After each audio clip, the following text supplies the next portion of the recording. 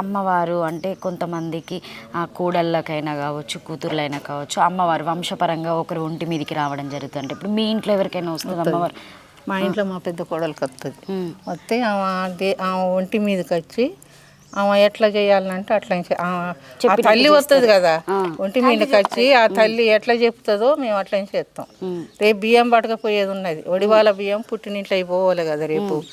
అయితే మేము తీసుకొస్తాం ఇంట్లో ఊర్లో ముత్తలు తీసుకొచ్చి వాళ్ళకి పసుపు కుంకుమ పెట్టి పాయరాలు పెట్టి. ఎంతమందిని పిలుస్తారు మీరు? అట్లా పిలుస్తాం, మాకు ఎన్ని ఇళ్ళు ఉన్నాయి అన్ని ఇళ్ళకి పిలుస్తాం. అందరిని పిలిచి మంచిగా వాళ్ళ కంకణాలు కట్టి బొట్టు పెట్టి వాళ్ళకు మంచిగా అన్ని చేసి వాళ్ళకు మళ్ళీ ఆ 5 వడివాల బియ్యం పోస్తారు.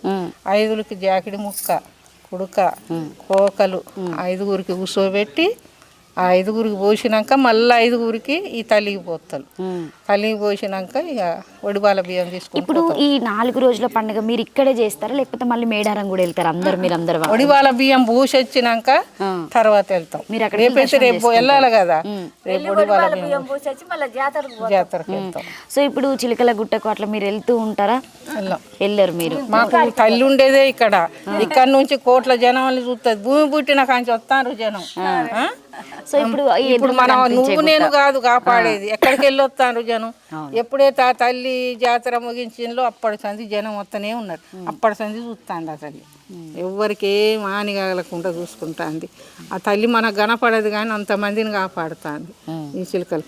మళ్ళీ ఆ రోజున చిలుకల గట్టు నుంచి గద్దె తీసుకుపోతారా, గద్దె తీసుకుపోయినాక గద్దె నిండుకుంటుంది. ఆ రోజున ఆ దుమ్ము ధూళిన అక్కడ ఉండదు. మళ్ళీ అదే రాత్రి వచ్చి చిలుకల గట్టు ఇది గట్టు కనపడుతుందా? ఓకే, అక్కడ ఆ గట్టుకు వస్తుంది. ఆ గట్టుకు వచ్చి ఆ గట్టు మీదకి వెళ్ళి కోట్ల జనాన్ని చూసుకుంటుంది.